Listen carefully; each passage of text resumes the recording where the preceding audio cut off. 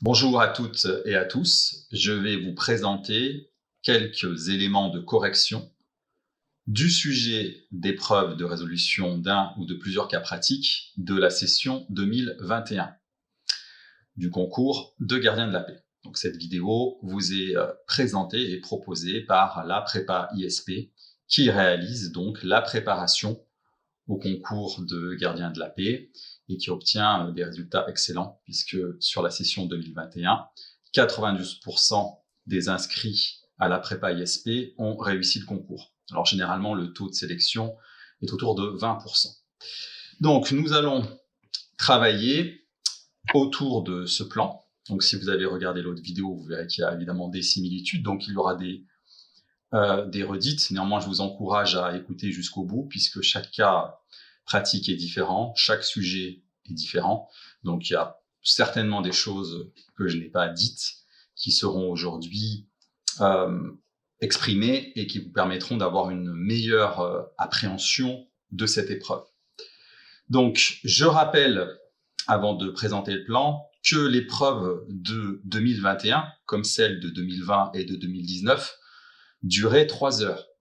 Or, à partir de la session 2022, l'épreuve dure 2 heures. Il y a donc un changement, ce qui va se traduire certainement par une modification des sujets. Donc on verra s'il y a des cas pratiques en moins, s'il y a moins de questions.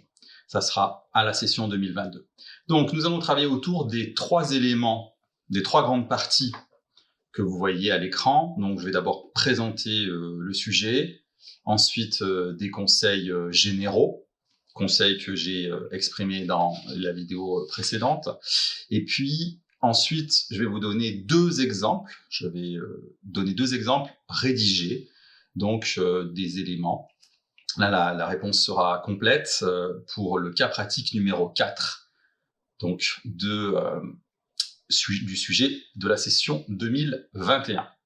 Alors, nous allons attaquer, mais avant, je vous présente ce livre qui est pour moi le plus pragmatique et qui va compléter, approfondir mes dires, puisque je ne peux pas tout révéler ici. Donc ce livre a été réalisé avec les éditions Nathan et la prépa ISP. Alors, pourquoi il est intéressant?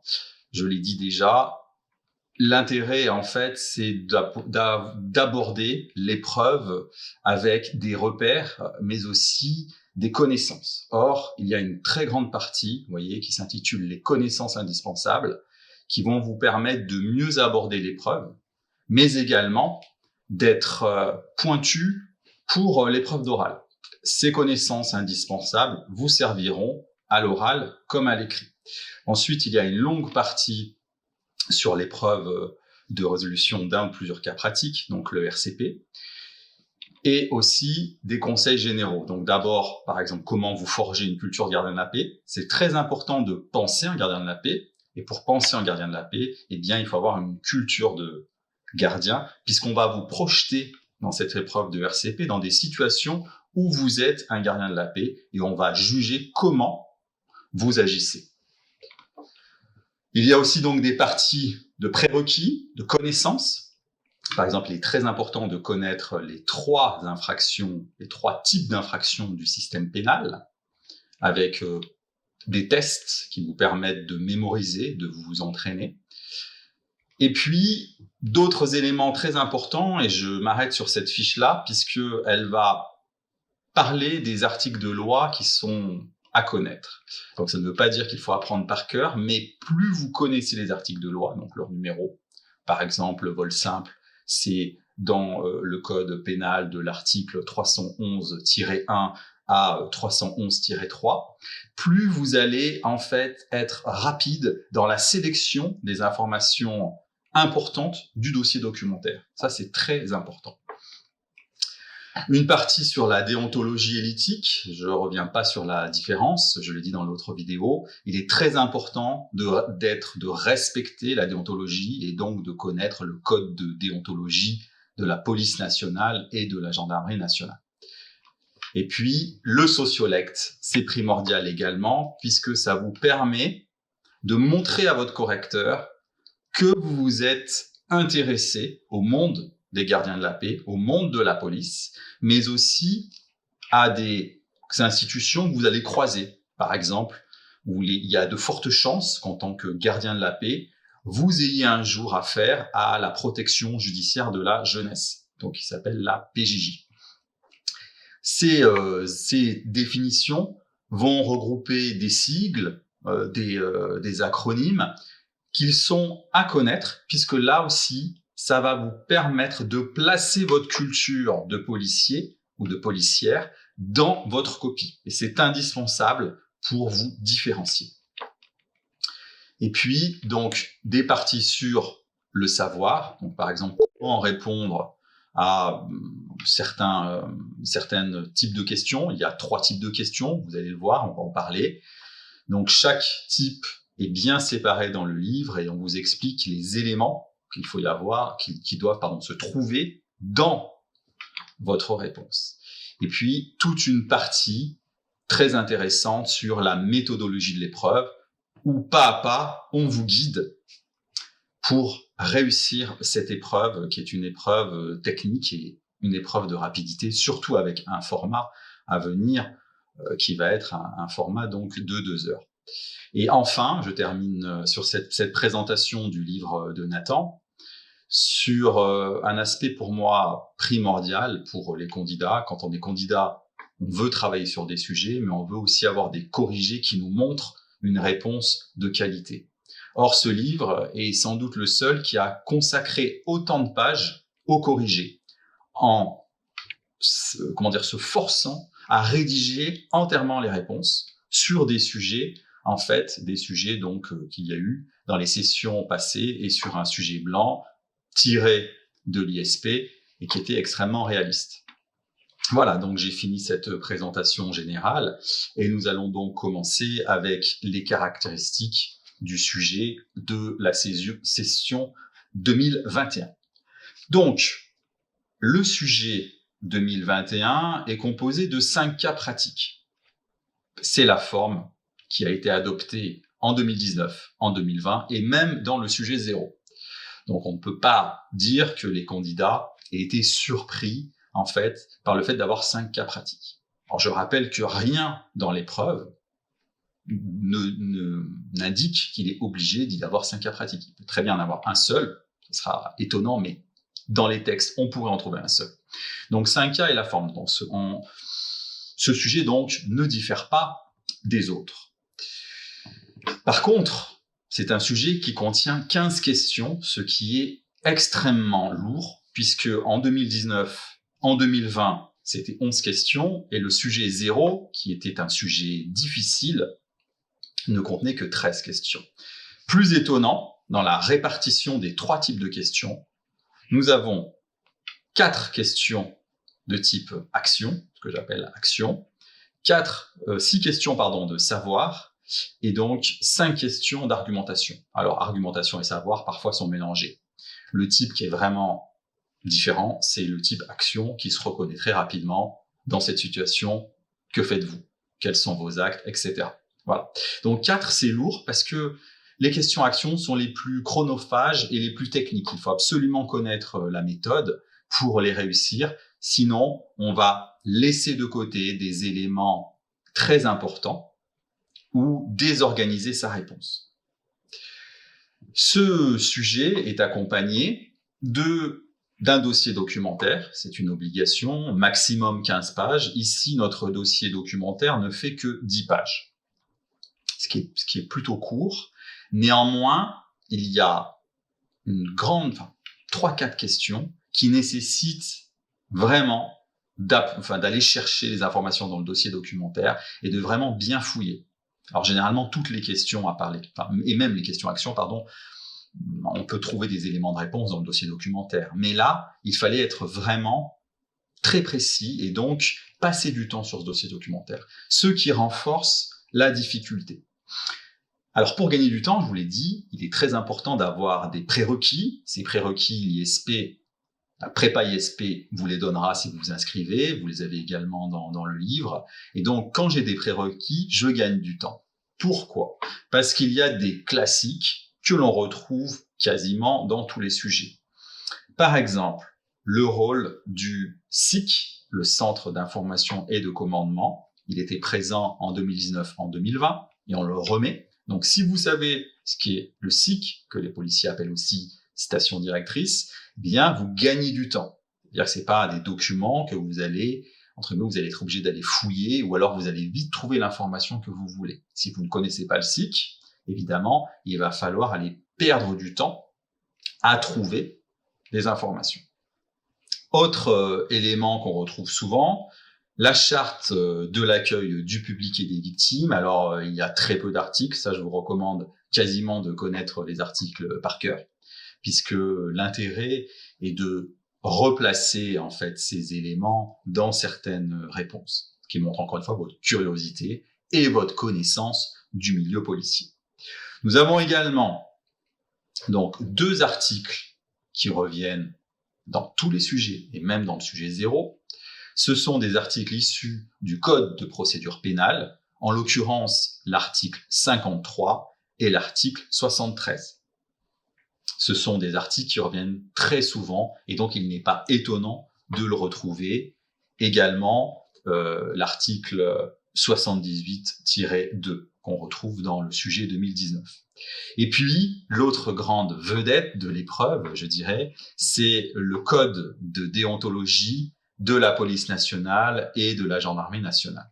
Alors, attention, ce code est issu du code de la sécurité intérieure. Et donc, il peut être présenté en tant que code de déontologie ou en tant que code de la sécurité intérieure. Donc moi, je vous recommande de bien le lire et d'utiliser plutôt l'appellation code de la sécurité intérieure, ou du moins, au moins, les articles du code de la sécurité intérieure. Alors, le code de déontologie se trouve dans le code donc de la sécurité intérieure, qui est donc au livre 4, titre 3, chapitre 4, si je ne me suis pas trompé. Donc, ça commence à partir de l'article R 434-4. Et ce code va être présent dans tous les sujets, donc soit sous le nom, enfin ces articles, pardon, vont être présents dans tous les sujets, soit sur le nom de code de la déontologie, soit sur le nom de code de sécurité, de la sécurité intérieure.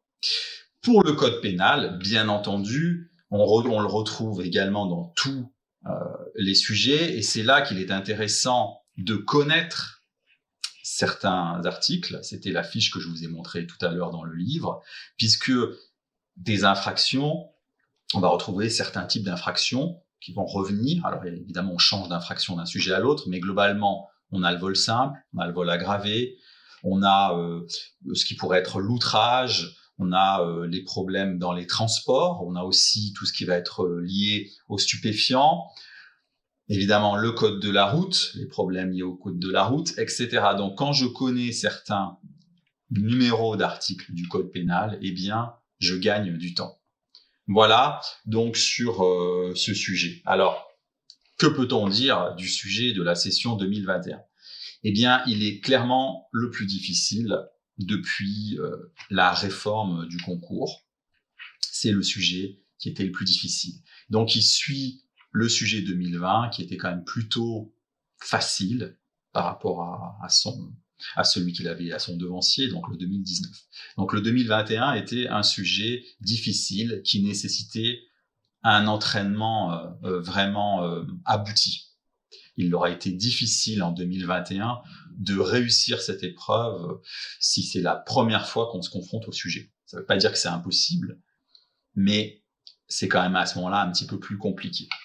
Alors, nous passons maintenant au cas pratique que je vais commenter. Alors, dans chaque cas pratique, ce que vous devez absolument faire, c'est repérer les informations essentielles, donc la situation de communication. Qui, quoi, où, quand, quel est le problème, quel est l'enjeu du cas. Donc ça aussi, nous vous donnerons à la prépa ESP une méthode pas à pas, guidée, qui vous permettra en fait de savoir faire ce tri. Les cas pratiques aussi de 10 à 25 lignes, ils peuvent être entrecoupés de textes, de questions, pardon. Là, c'est pas le cas sur ce cas-là. Et donc, ils sont des situations réalistes, vécues, en fait, par les gardiens de la paix. Ils ont à minima une question et maximum, on dira, 4 questions. On pourra aller jusqu'à 5, ça fait déjà beaucoup pour un cas pratique.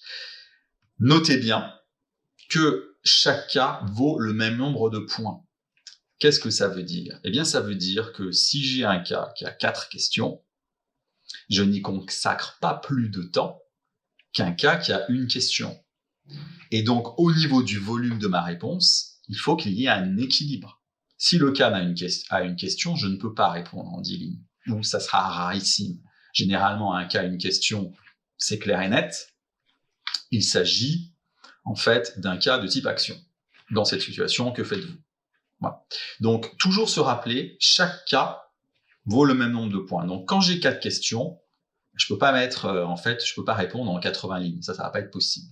Je dois, en fait, faire des réponses un petit peu plus courtes. Alors, le cas pratique numéro 1 nous présente,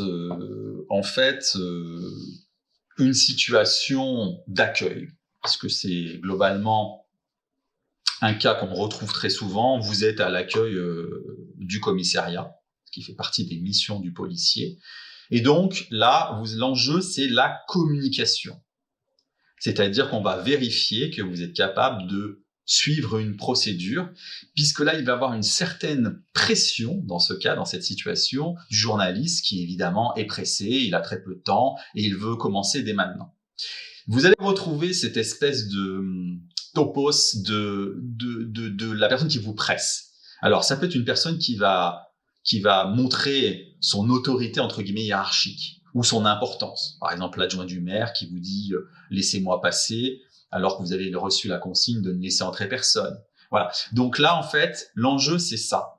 C'est de savoir comment on répond à la question du journaliste.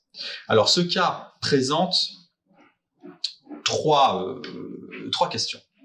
La première question est une question donc de type action, c'est-à-dire qu'on vous demande comment réagir face à cette demande. Mais contrairement à des questions d'action plus habituelles, c'est-à-dire, par exemple, si vous assistez à un vol, là, il est impératif d'aller chercher dans le dossier documentaire des réponses. Vous ne pouvez pas répondre sans chercher dans le dossier documentaire. Enfin, vous le pouvez, mais là, vous allez répondre de travers. Il y a une procédure à suivre. Nous sommes au ministère de l'Intérieur et donc on va suivre une procédure pour avoir le droit de diffuser les images. Donc ça, on va chercher dans le dossier documentaire. Alors, comme c'est devancier, le dossier documentaire est dans l'ordre. C'est-à-dire qu'en gros, au cas 1, correspond les premières pages du dossier documentaire. Ce n'était pas le cas dans le sujet 0, où ça avait été mélangé, mais il a été certainement jugé difficile pour les candidats de mélanger les documents. Donc, globalement, ils suivent l'ordre des cas. Deuxième question, une question purement de savoir quelle démarche doit effectuer Monsieur X. Pareil, le dossier documentaire vous donne la réponse. Ça va être à vous de montrer votre esprit synthétique, d'aller chercher les bons éléments, pas trop en dire, ou aussi d'en dire, mais quand même d'en dire assez. Troisième question, c'est une question d'argumentation, où là, en fait, il y a pour vous la possibilité de placer des éléments de culture, de votre culture. C'est-à-dire, quels sont les avantages que peut tirer l'institution policière, en fait, de la réalisation de reportages télévisés. Donc là, question d'argumentation, on répond toujours de manière explicite. On doit faire connaître très rapidement sa thèse, son point de vue à son correcteur. Voilà, là aussi, nous vous donnerons une méthode à l'ISP, et vous la retrouvez dans le livre, nous vous donnerons une méthode pour répondre à chaque type de question. Donc là, on a les 3 types de questions que le concours utilise chaque année, l'action, le savoir et l'argumentation, sachant qu'argumentation et action, des fois, se mêlent. Donc voilà, en fait, ce premier cas. Pour le deuxième cas pratique, ici, on va retomber sur un cas classique, vous allez constater une infraction, donc vous êtes en patrouille pédestre. Alors ça, il faut bien à chaque fois relever les bonnes informations, vous n'êtes pas en voiture. Et donc là, vous avez un vol. Le candidat averti, celui qui a des prérequis, va reconnaître tout de suite qu'il s'agit d'un vol aggravé. D'accord ? Donc ça, c'est pareil, ça me permet de gagner du temps, voire même, il peut connaître l'article de loi, ou du moins, en fait, savoir à peu près, en fait, ce que veut dire un vol aggravé. Donc, là, le cas est coupé par une première question, typique des sujets d'action comme ça, avec une infraction que vous constatez, donc un cas de flagrance. Première question, une question à action.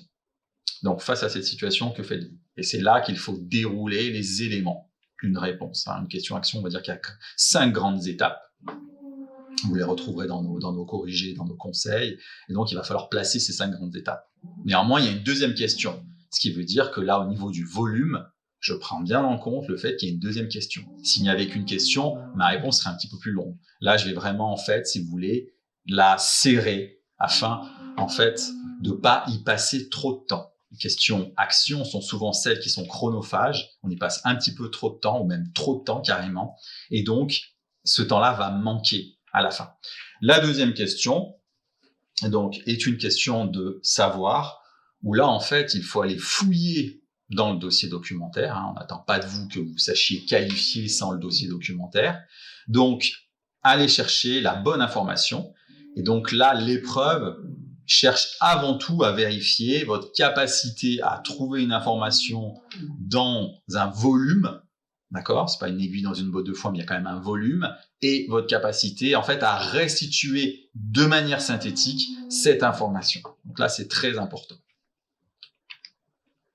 Dans le cas pratique numéro 3, on va retrouver la situation, donc là aussi, d'un délit qui arrive sous vos yeux, donc de flagrance, situation, et donc, même principe sur ce cas, attention à bien relever les bonnes informations, puisque celui-là, volontairement, ajoute des informations qui sont complètement inutiles.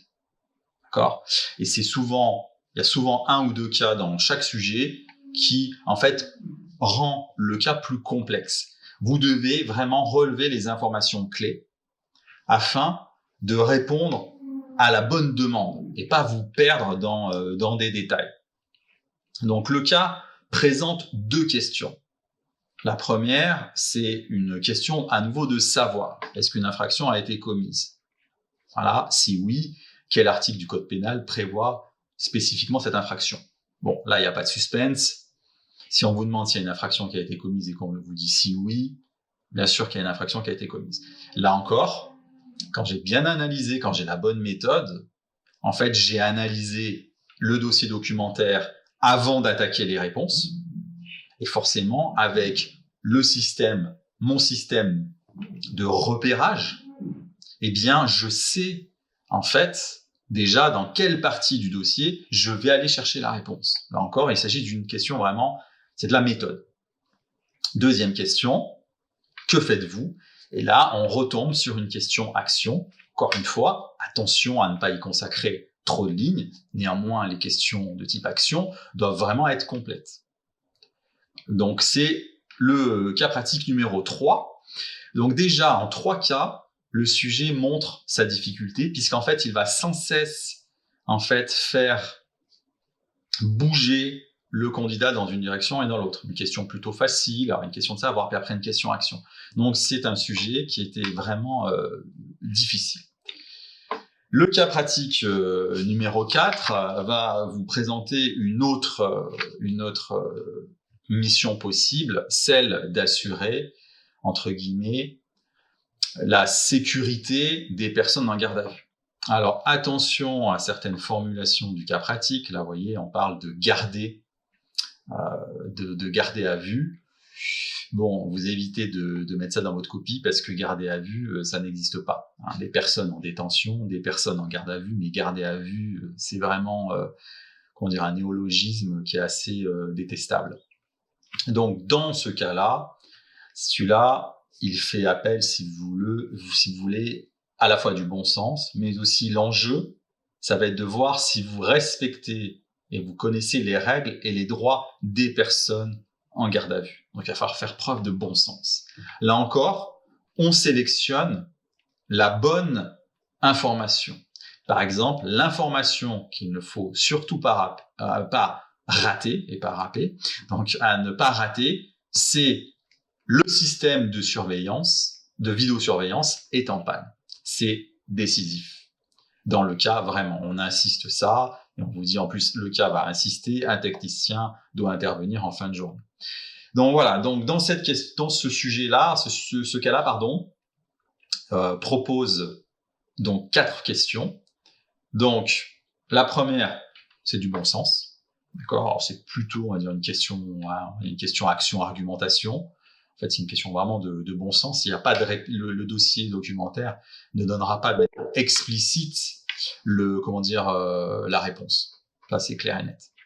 La deuxième, eh bien, on va retrouver notre fameux code de déontologie et la question de l'obéissance qui s'invite dans la majorité des sujets, c'est-à-dire, puis-je refuser la surveillance des personnes en garde à vue? La réponse, c'est évidemment non. Et là, encore une fois, un candidat averti qui connaît le code de déontologie, qui connaît le numéro de l'article, il sait directement la réponse. Donc, il gagne du temps dans la rédaction et surtout dans la manière dont il va chercher ces informations. Globalement, il faut vraiment analyser le dossier documentaire en amont pour éviter, si vous voulez, de bloquer au milieu d'une question et d'aller fouiller dedans et de repartir. C'est comme ça qu'en fait on se perd. C'est quand on arrête la pensée qui est en train donc de produire, on l'arrête, on va dans le dossier documentaire, on revient et on perd du temps et on s'agace et au bout d'un moment c'est le bazar. D'où encore une fois, comme je l'ai dit, l'importance, d'accord, de bien connaître la méthode. Ça, c'est primordial d'être vraiment efficace sur la méthode. La question numéro 3, alors, porte sur le fameux contrôleur général des lieux de privation de liberté. Et donc là, c'est encore une fois une question d'argumentation. Alors, du savoir, vous allez trouver des éléments de réponse dans le dossier, mais encore une fois, ça, c'est plutôt, on va dire, de la culture personnelle. Vous avez intérêt quand même à savoir qui est ce personnage. Et enfin, que vérifie le contrôleur général des lieux de privation de liberté lors d'une telle visite? Vous allez trouver des éléments de réponse dans le dossier. Alors, il est à noter que, par exemple, je vous parlais de culture générale, de culture policière et de culture d'autres institutions que celle de la police nationale. Eh bien, les lieux de privation de liberté, vous savez, c'est au pluriel. Il ne s'agit pas que des personnes en maison d'arrêt, en centrale ou en détention, mais on peut parler aussi des hôpitaux psychiatriques, des centres éducatifs fermés, de la protection judiciaire de la jeunesse, etc.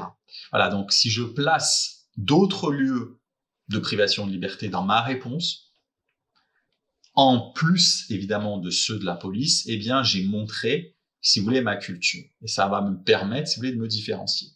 Donc ce cas-là, numéro 4, est aussi un cas qui est assez chronophage, puisque les 2 dernières questions sont quand même globalement difficiles, et les textes qui se trouvent dans le dossier documentaire sont un peu longs, donc à vous, là encore une fois, d'arriver à être synthétique et de répondre, si vous voulez, à la fois avec vos savoirs et à la fois avec le dossier. Globalement, ne négligez pas le dossier, c'est souvent une erreur qui est faite par les candidats. Et donc, chaque sujet rappelle, écrit en noir sur blanc et en gras dans le sujet, l'importance de consulter le dossier documentaire. Et je vous invite vraiment à le faire, parce que lors des corrections et lorsque le candidat compose, eh bien, on peut voir que beaucoup de candidats ignorent quasiment le dossier documentaire. Alors, c'est une erreur. On ne réussira pas une très bonne copie sans le dossier documentaire. Pour le dernier cas, donc le cas pratique numéro 5, il est aussi très original. Alors, avec le 1 et le 5, on avait vraiment deux nouveautés qui rendent ce sujet difficile. Eh bien, l'enjeu ici, c'est évidemment tout ce qui va être lié à de la psychologie et donc lié à un décès. On va d'abord vous demander en fait de sécuriser la zone afin qu'on on voit que ça ne soit ni un meurtre ni un assassinat. Donc il y a un décès et après, il y a encore une fois une question de bon sens pour répondre. Alors la première question est une question d'action. En clair, vous arrivez sur les lieux, qu'est-ce que vous faites en premier? Donc là aussi, à nouveau, c'est une question aussi de bon sens, mais aussi une question de méthode. Il faut répondre sur quels vont être vos actes. Alors vraiment, ça c'est clair. Ordonnez vos actes pour préserver, entre guillemets, la scène aux enquêteurs. Et ensuite, deuxième partie du sujet, donc vous devez aviser à la famille le décès donc de l'ouvrier. Ce qui va nous donner donc les questions 2, 3 et 4. Donc comment procédez-vous à cet avis? Donc là c'est aussi pareil, question de, voilà, je dirais encore une fois, une question de tact, de bon sens. Et c'est là qu'on va pouvoir utiliser la charte de l'accueil du public et des victimes, parce qu'il y a des éléments qui sont transposables, et aussi le code de déontologie, en rappelant bien que la police en fait est au service du public, et que donc elle a cette mission-là qui est en fait d'être en relation avec le public, dans une relation la plus courtoise possible. Donc la deuxième question, pareil, on vous demande les précautions que vous allez prendre lors de la vie à la famille. Donc là aussi, je vous dirais encore une fois, c'est une question de bon sens. Il y a des éléments de réponse dans le dossier, mais c'est pas très explicite forcément. Et puis la dernière, ça va être une question, en fait, voilà, de savoir, puisque dans le document, en fait, dans le dossier documentaire, vous allez avoir des éléments en fait de réponse. Voilà à peu près ce que je peux vous dire sur ce sujet. Donc, on voit bien que l'objectif, c'est vraiment, en fait, de tester le candidat sur plusieurs choses. Sa capacité de synthèse, sa capacité à raisonner, son bon sens, et déjà, entre guillemets, son aspect professionnel. Est-ce qu'il a des réflexes déjà professionnel? Ça, c'est plutôt dans les questions de type action. Alors, maintenant, je vais passer aux conseils généraux. Donc, si vous avez vu les autres vidéos, je vais un petit peu me répéter. Peut-être que je vais dire d'autres choses en plus, ou peut-être que je vais dire des choses en moins. Qu'est-ce qu'une copie réussie? Donc, j'enfonce des portes ouvertes, un peu comme la philosophie. Donc, la première, le premier critère, un critère qu'on peut dire, une copie réussie, c'est une copie complète. Tous les cas ont été traités. Toutes les questions ont été traitées de manière équitable.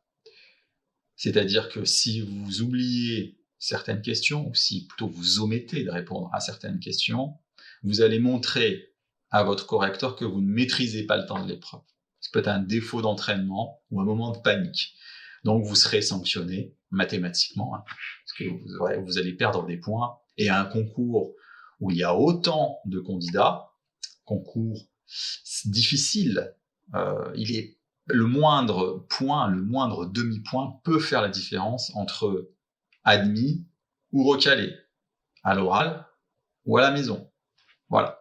Donc c'est une copie qui est complète. Et on évite de terminer le dernier cas à l'arraché, c'est-à-dire en 2-3 lignes avec des phrases qui partent dans tous les sens.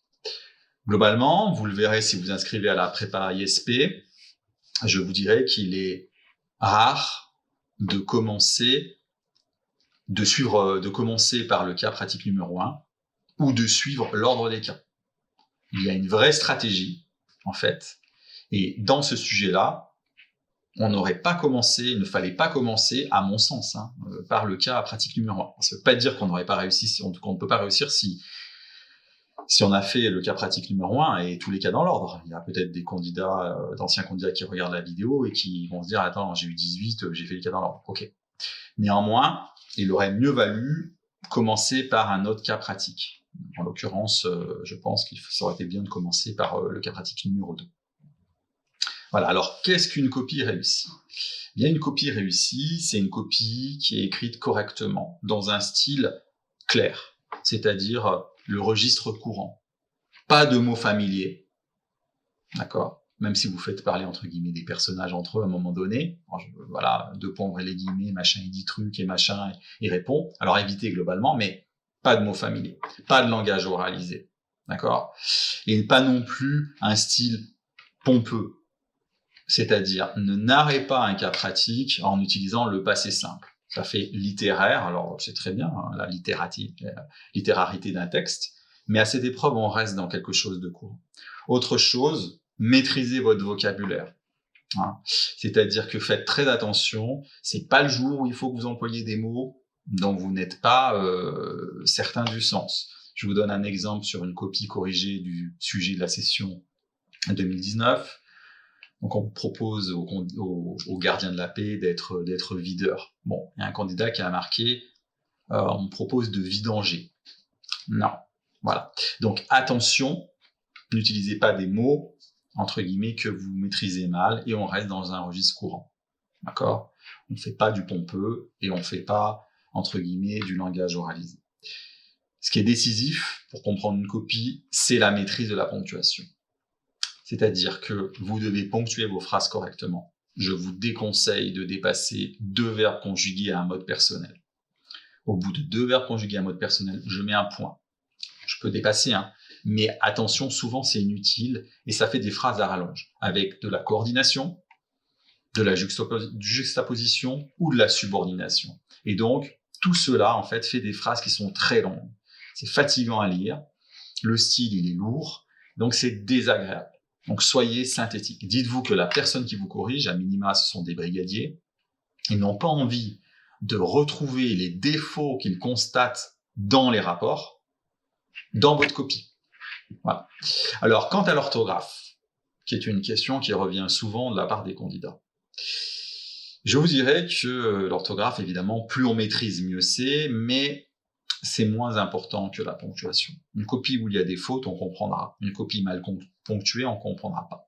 Donc, à vous, vraiment, d'assurer une bonne relecture et de corriger au maximum, en fait, votre copie. Là aussi, à l'ISP et dans l'ouvrage, on vous donnera, en fait, une méthode pour savoir corriger.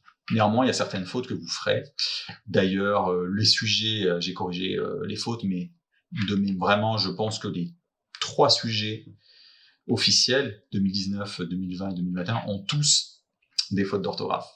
Donc, vous voyez, ça va pas être une catastrophe. Mais évidemment, si vous faites 15-20 fautes, ça va commencer à devenir lourd. Ça jouera sur la note. Néanmoins, c'est pas ça qui est évalué. Ce n'est pas une dissertation de français, de philosophie ou d'histoire. Alors, une bonne copie, c'est aussi une copie qui répond explicitement aux questions, donc avec clarté, qui ne refuse pas l'obstacle. C'est-à-dire qu'il y a des questions où, en fait, vous allez devoir vous positionner. Alors, soyez toujours modéré, mais répondez franchement. Ne tournez pas autour du pot. D'accord? Donc, quand il y a une question d'argumentation, je réponds de manière explicite. Très rapidement, mon lecteur connaît ma thèse, c'est-à-dire mon point de vue. Voilà, je pense ça ou je pense ça, mais je dois vraiment être très clair. Donc, c'est une copie, alors, qui, évidemment, est agréable à l'œil, je dirais, voilà, si vous avez une écriture disgracieuse comme moi, on essaye vraiment, on fait un effort. Or, vous arriverez à améliorer votre graphie qu'en vous entraînant à écrire à la main. Donc, si vous faites des sujets blancs sur ordinateur, je vous le déconseille, faites des sujets blancs sur une copie. Et si possible, sur une copie qui est proche de celle donnée au concours. Il y a des candidats qui sont surpris, ils ont l'habitude de travailler sur des copies avec des grands carreaux, et au concours, ce ne sont pas des copies avec des grands carreaux.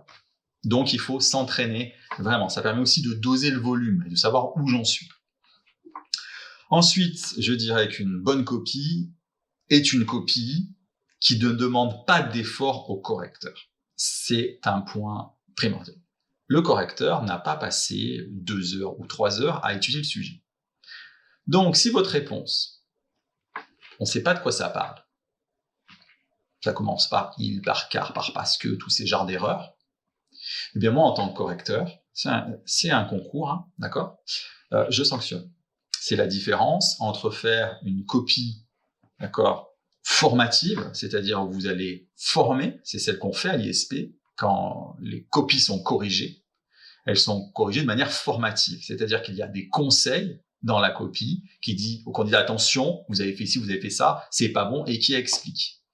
Donc, différence entre une copie formative et une copie sommative qui fait la somme, tout simplement, en fait, on ne cherche pas à comprendre au concours. Si je comprends pas, je mets 0 à la question, je passe à la suivante, et à la fin, je mets une note, il n'y a pas de commentaire. Voilà, donc vraiment, ayez ça en idée. Facilitez la vie du correcteur. Il faut qu'il comprenne où vous en êtes et où vous allez. Autre chose, c'est une copie, donc une copie réussie, est une copie qui utilise le sociolecte de la police. Placez dans votre copie le mot station directrice. C'est l'équivalent du SIC, c'est important.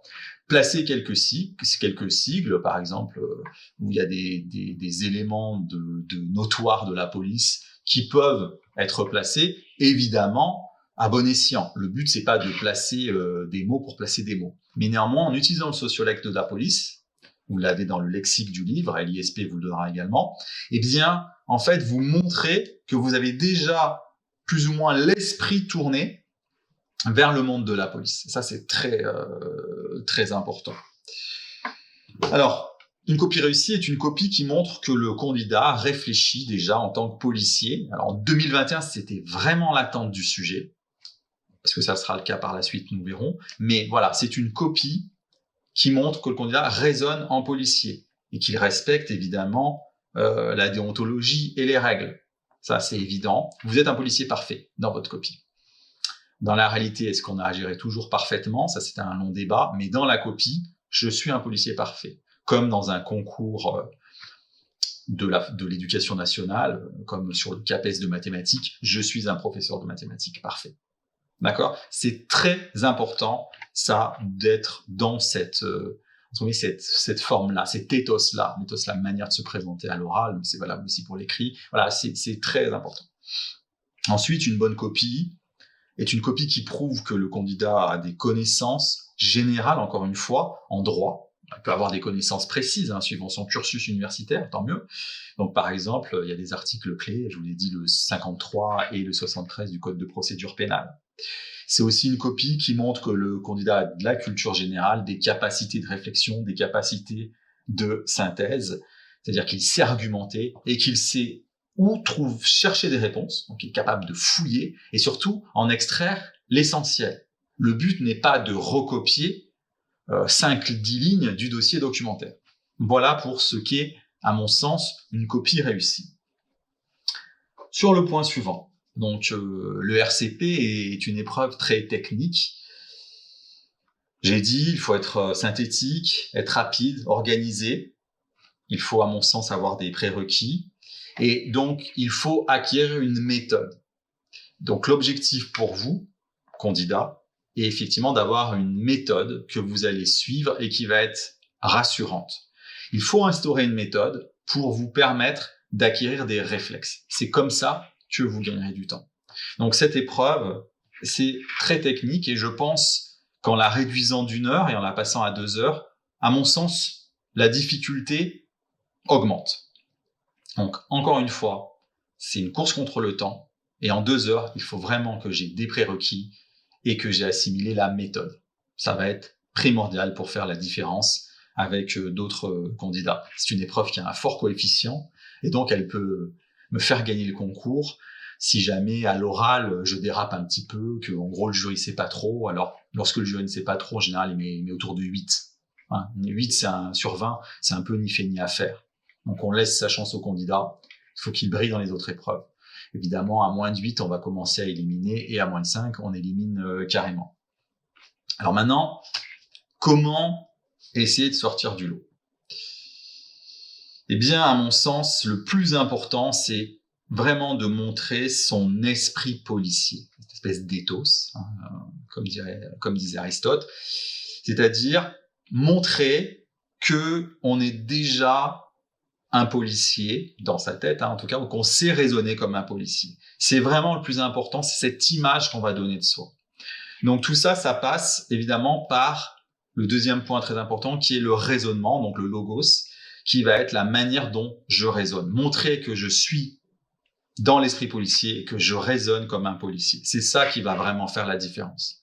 Avec évidemment les points que j'ai cités précédemment et que je ne vais pas répéter. On peut montrer son ethos et son logos entre guillemets de policier, mais si on a répondu à 2 cas sur 5, la note elle va être éliminatoire. Voilà. Mais ça, c'est très important. C'est ce but-là. Donc, il faut connaître des choses, placer ces éléments dans sa copie à bon escient. Voilà, toujours vraiment se dire, voilà, je suis policier, qu'est-ce que je fais en étant policier? Comment je montre que je respecte les règles? Comment je montre que je connais le cadre? Ça, c'est extrêmement important et décisif pour ce concours. Alors, comment se préparer?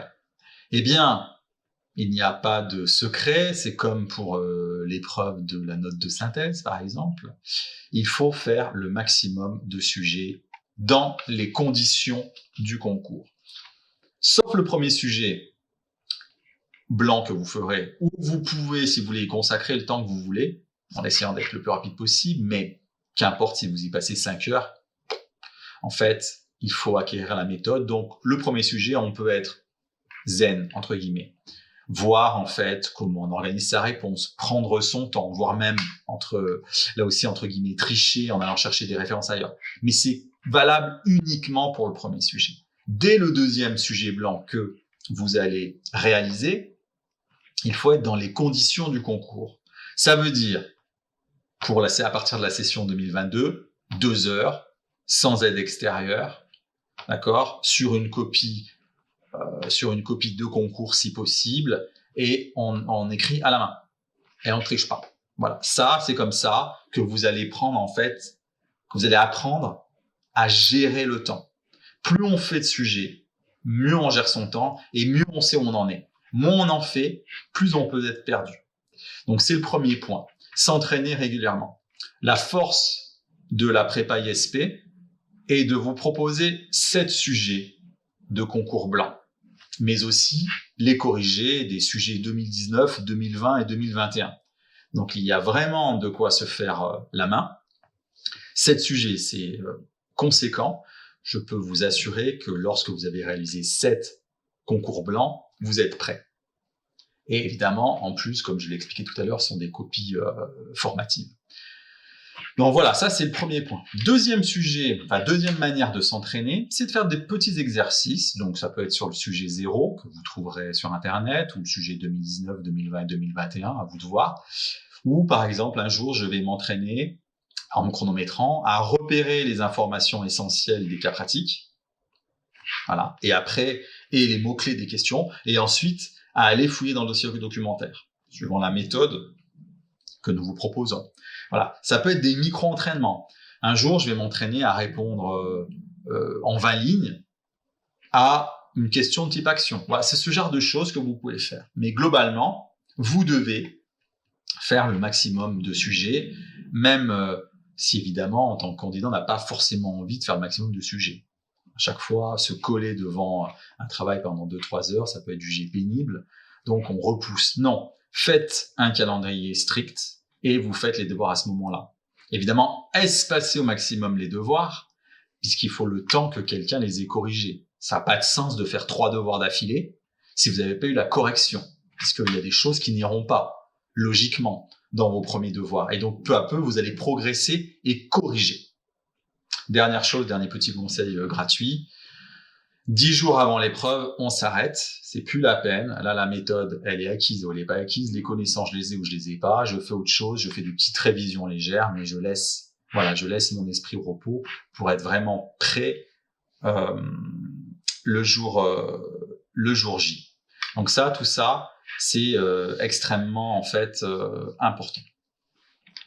Alors, nous passons au roulement de tambour à peut-être le moment le plus intéressant, qui est le moment donc des réponses.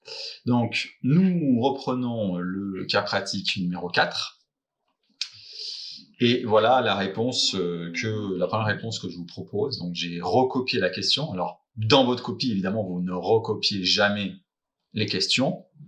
Vous répondez toujours aux questions dans l'ordre, pas au cas forcément, mais aux questions dans l'ordre, et vous numérotez ou pas vos réponses, qu'importe, mais en tout cas, visuellement, le correcteur doit comprendre. Ce qui veut dire que entre 2 réponses, je saute 2 lignes, mais à l'intérieur d'une réponse, je ne saute pas de ligne. C'est extrêmement agaçant d'avoir des morceaux comme ça, des paragraphes séparés par un saut de ligne, et on ne sait plus à quelle question ça se rapporte. Alors, dans cette question, je vous laisse mettre pause et lire la réponse. Vous voyez, en fait, il y a une question de bon sens. Donc, on commence toujours, ou rapidement, alors, c'est pas impératif, il faut pas y consacrer trop de lignes ni trop de temps, mais c'est bien de rappeler très vite en gros, la situation, surtout dans la question numéro 1, ce qui est le cas ici. C'est-à-dire de rappeler en fait l'essentiel du cas. C'est ici le cas, vous le voyez, gardienne de la paix stagiaire, donc là j'ai écrit au féminin, je suis chargé par mon supérieur hiérarchique d'être responsable des individus placés en garde à vue. J'ai évité l'expression garder à vue. Voilà, et après, je vais reprendre les informations essentielles. Donc, il y a 4 cellules de dégrisement qui sont inoccupées, 2 tiers des gardes à vue sont individuellement occupés, et le système de vidéosurveillance est en panne. Voilà, donc c'est ce point-là qui est essentiel. Et donc, qu'est-ce que je vais faire ? Comme je peux pas voir, je vais aller sur place. Alors, ce qu'il faudrait faire aussi, si la vidéosurveillance était le cas de temps en temps. Mais là, je fais des rondes. Là, je vais faire des rondes pour combler mon manque de visibilité. Et là, je vais expliquer pourquoi je vais faire des rondes. Et c'est dans ce sens-là que le dossier vous attendez. Pas seulement, entre guillemets, pour parer à des problèmes, une tentative d'évasion. Voilà, ils sont seuls en cellule en plus, donc ils vont pas se taper dessus. Mais néanmoins, voilà. Non, parce que la garde à vue, eh bien, c'est un moment qui peut être éprouvant physiquement et au niveau psychologiquement. Donc, il faut être vigilant. Et c'est là que je vais placer mon article du Code de déontologie de la police nationale et de la gendarmerie nationale. Voilà, ce qui montre que j'ai fouillé dans le dossier. Et à la fin, vous voyez, je suis retourné à la ligne, j'ai pas sauté de ligne. Je vais faire un petit bilan de ma réponse. Voilà comment on organise la réponse. Elle est fluide. Et l'objectif, c'est bien de montrer ça. Je rappelle un peu le cas. Pour la première question au moins, la réponse numéro 2, je suis pas obligé de remettre ça, je l'ai mis dans la question 1. Donc c'est bon, mon correcteur, il sait où il est. Et puis, je déroule, j'explique, j'argumente, j'essaye de placer des éléments du dossier documentaire. Donc là, le code de déontologie. Et puis, un petit bilan à la fin, une petite phrase ou 2-3 lignes. Voilà, c'est à peu près les grandes étapes. Alors, concernant les articles, on n'est pas obligé de souligner les articles pour ce concours-là. Et puis, pour les noms de code, moi je vous conseille de mettre une majuscule au premier à code, parce que c'est code de quelque chose. Pour police nationale et gendarmerie nationale, eh bien vous pouvez mettre une majuscule à police ou pas. Si vous mettez une majuscule à police, vous mettez un G majuscule à gendarmerie. Par contre, vous ne mettez pas de majuscule à national. Pour les règles de typographie, attention aussi à bien respecter lorsque vous citez quelque chose qui n'est pas de vous. La deuxième question, donc on est sur le même cas, vous voyez. Donc là, en fait, c'est une question de savoir que vérifie le contrôleur général des lieux de privation de liberté. Donc là, je vais me baser essentiellement sur le dossier documentaire, sur ma culture générale, si j'en ai aussi, mais le dossier documentaire va suffire à répondre. Alors évidemment, il faut des références. D'accord ? Donc, il y a des éléments comme ça que vous pouvez à nouveau utiliser. Voilà, donc là, vous voyez, à la fin, donc j'aurais pu mettre par conséquent, le contrôleur général a pour mission de veiller à la protection de l'ensemble des droits fondamentaux des personnes privées de liberté. Bon, je l'ai pas mis, mais c'est quand même une phrase qui va en fait clore la réponse. Voilà, donc sur ces conseils, j'espère que cette vidéo vous a été utile. Et je vous souhaite à tous et à toutes et à tous de bonnes révisions et bon courage pour la préparation de ce concours exigeant. Merci, au revoir.